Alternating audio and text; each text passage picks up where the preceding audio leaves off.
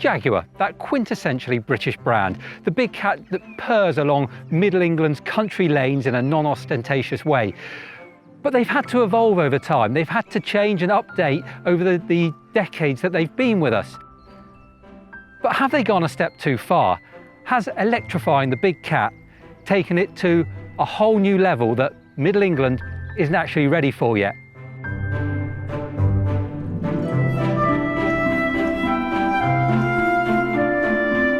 Morning and welcome to Jaguar's answer to the EV revolution, the iPace. And they're not messing about with this car. They've come out all guns blazing. This car you would probably call a small SUV or a crossover vehicle. It's got a 90 kilowatt hour battery. It's got two motors, each 150 kilowatts, one front, one rear, which gives it four-wheel drive. It's got a brake horsepower of just under 400 and a 0 to 60 time in 4.5 seconds. But this car doesn't look like any other Jaguar I've seen before. All those styling cues and all the things that we've come to expect from Jaguar over the decades seem to be missing in this car. And not least of all, that great big expanse of a bonnet that they normally put in. Just looking at it from the side, you can see that the wheel isn't where a normal Jaguar wheel is. It's much further forward and the bonnet just stops. It's effectively got a wheel in each corner, which has to be good for the way that it drives and the way that it handles. The bonnet is so short and stubby, simply there's no engine under there. What we do have, now I'm loath to call it this, is a frunk. Is it a frunk? Is it a fruit? Is it just a cubby hole up the front of your car? Whatever you want to call it, there's a small storage space up there. So it's completely redesigned the shape and the way that we look at this as a Jaguar. As we come along the side of the car, well, of course, it's got the massive wheels that make it look really nice, but it's got door handles, very much the same as, dare I say it, Tesla. They fold away neatly into the car. It's a nice, neat feature. And then when we get to the back, we see, again, that wheel on the corner gives it a really sleek, really nice look. And in this gunmetal grey, I think it finishes this car off beautifully.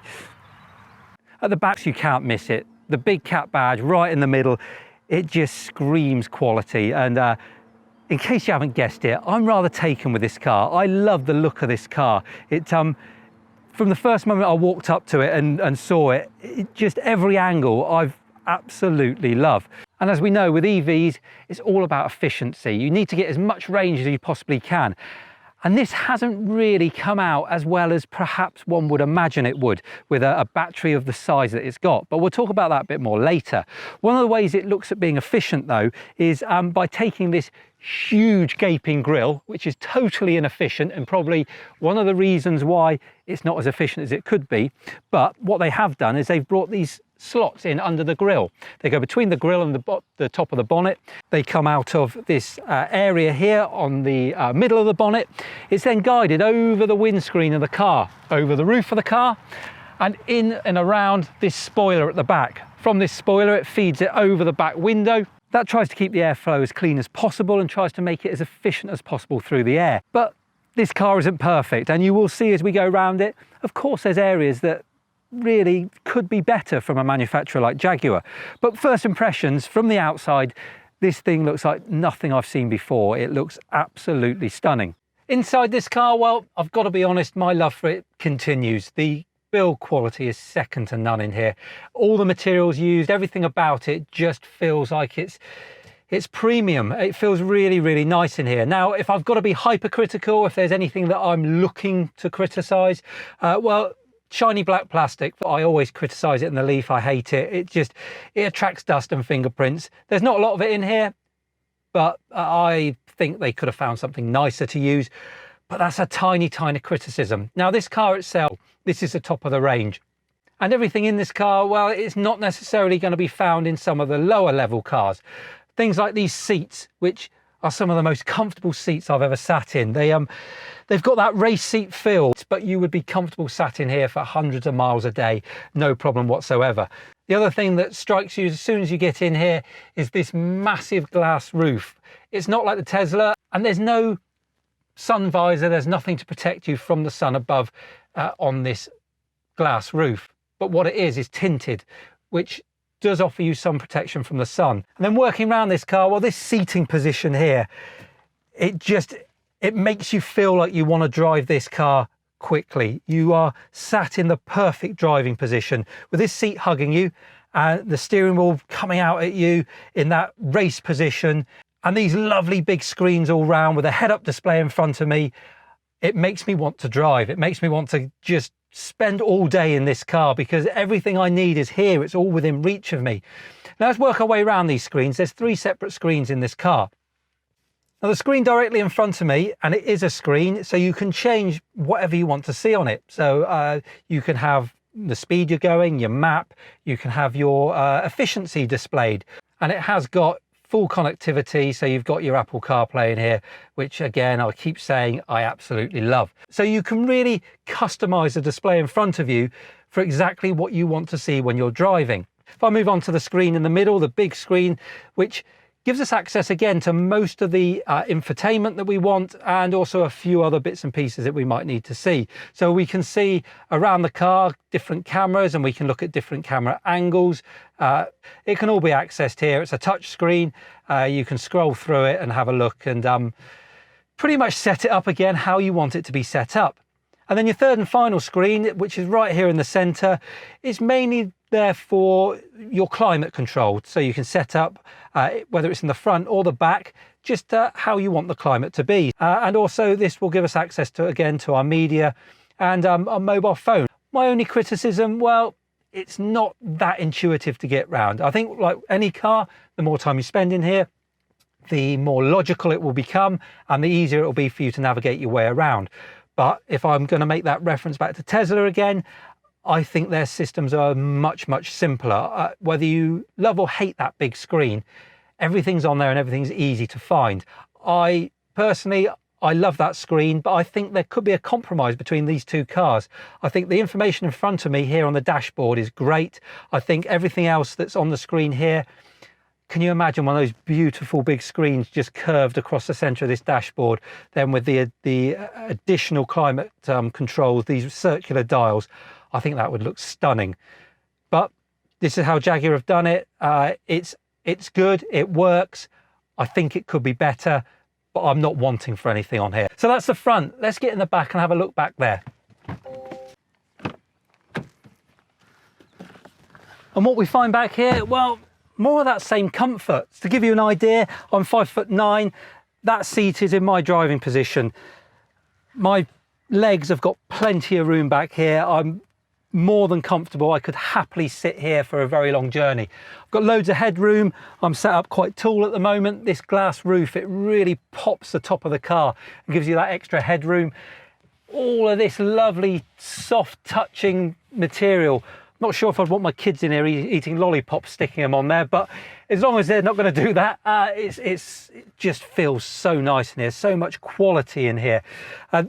Also back here, I've got full access to my climate controls. So the same in the front, so I can zone my particular area off and have it exactly how I want it. As far as entertainment's concerned, well, I've got a couple of plugs here for USB charging. I've got a 12-volt charger.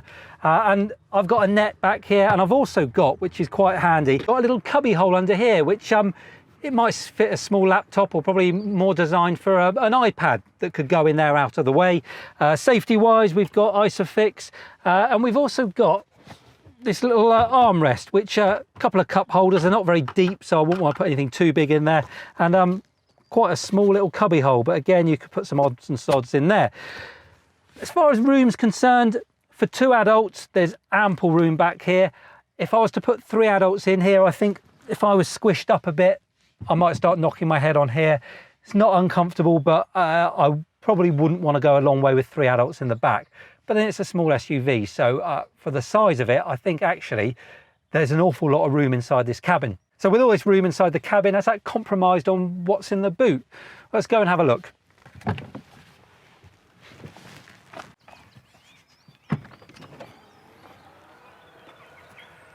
Well, as you can see, I've got my bag and my coat. They go right the way back here. There's loads of room. It's not particularly deep, but it's on a level, so you can slide things in easily. And then underneath here, we find room for a charger. It's not massive, but there's enough room there just to fit a few extra bits in.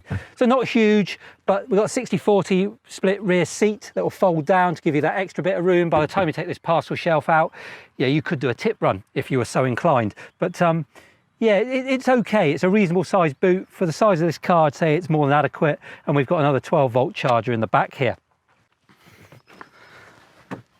So there's a look around the car in general. I think the only other thing that we need to really talk about is charging. And of course, this has got CCS charging, and it's been updated to accept 100 kilowatts, which, if you can find a 100 kilowatt charger, means 0 to 80% in about 45 minutes. On a 50 kilowatt charger, you're looking at more like an hour and a half.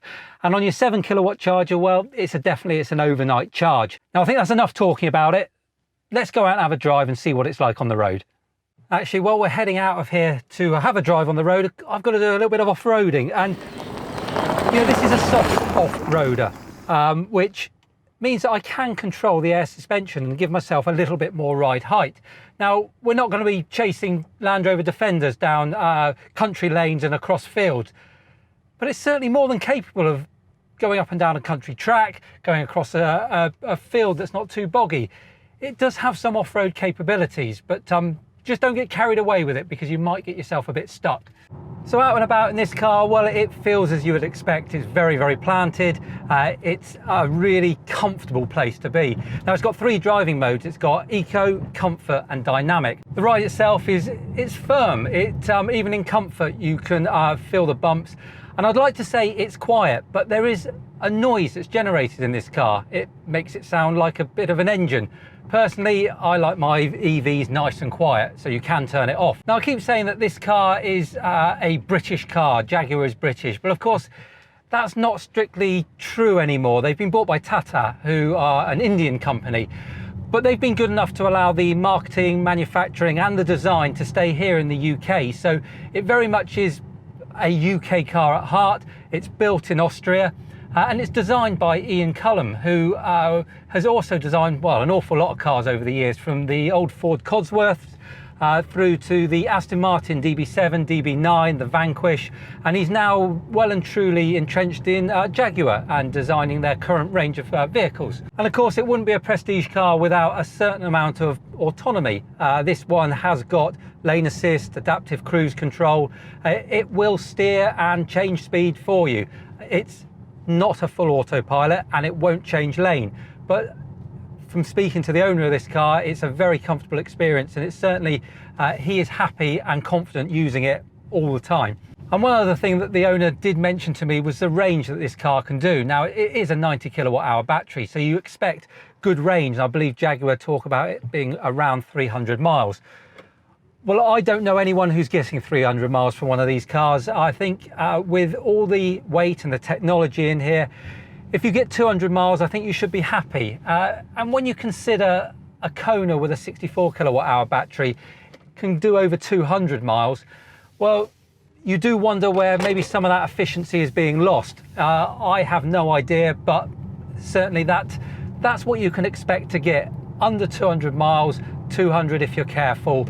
If you're extremely careful and you know how to drive an EV, I would imagine you probably could get a little bit more. So now we're out of these country lanes and we're dropping down onto a dual carriageway. I can use dynamic mode. So let's see what it's like as we come onto this dual carriageway, and let's put the accelerator to the floor. Oh, good God. Oh, amazing. Now I can concentrate again. You know, I love the Model X. I think it's a fantastic car. And when you put your foot down in that, especially in ludicrous mode, it's like, I don't know, Ronaldo has come up behind you and has taken a free kick. You're dipping and swerving and you're 0 to 100 mile an hour in no time at all. It's very different in this car. It's very much more refined. It's like a blanket of warm air coming up behind you and wafting you up to 70 miles an hour. It comes in an instant, but it comes so much more refined than any Tesla I've ever driven. Seeing as we've got it in dynamic mode, it'd be a shame to waste an opportunity for a standing start. So 0 to 60, 4.5 seconds. Let's see. That's 30, 40, 60. That was incredible, and it feels so planted doing it. There's this thing drives itself. Well, I've had a chance to have a good drive of this car now, but what I want to do is I want to speak to somebody who works for the company who's actually selling this car at the moment, just to get an insight into who buys these cars and a little bit more about them. So I've picked up Red. Red, welcome again to the channel. Thanks very much, Brian. And of course, Red works for JustEVs, who are selling this vehicle. So Red, you don't see many of these on the road, and it's a shame because from what I've seen today, this is an absolutely stunning car. What sort of people are buying these cars? Yeah, it's a real shame about us not seeing more of these around. It's a first edition iPace with the sports bucket seats. You know, there's not many around in the market. The majority of people that are buying them are Jaguar Land Rover fans, or people that want to try electric cars but don't want to compromise for quality. And Jaguar are really reputable for that. Absolutely, and I'm not seeing many adverts or much about Jaguar themselves pushing this car. I mean, are people surprised when you tell them about there is an electric Jaguar out there? If they've done their research, they've kind of predicted that the iPace is in and around, but the supply issues, they're still not all around in the country, and it's a very popular car for sure. Absolutely. Now, this car is being compared to the Model X. Now, for me, it's not the same type of vehicle. It's a smaller vehicle. It's not in the same price bracket. But to be honest, there is nothing else around in that premium brand that you could compare it to. So I'm saying we shouldn't, but what's your views on this car compared to the Model X and the build quality and the standard of this vehicle? Now, I really like the Model X. You've got the different size batteries, now only 100 kilowatt hours, but you've got the option of the 5, 6 and 7 seats. Yeah. The Tesla have got the supercharging network, which really does sell the car. And also you can tow with them. The Jaguar, it's you can commute easily on the motorways, and you've got the CCS charging with it as well. Yeah, absolutely. And I've said it many times.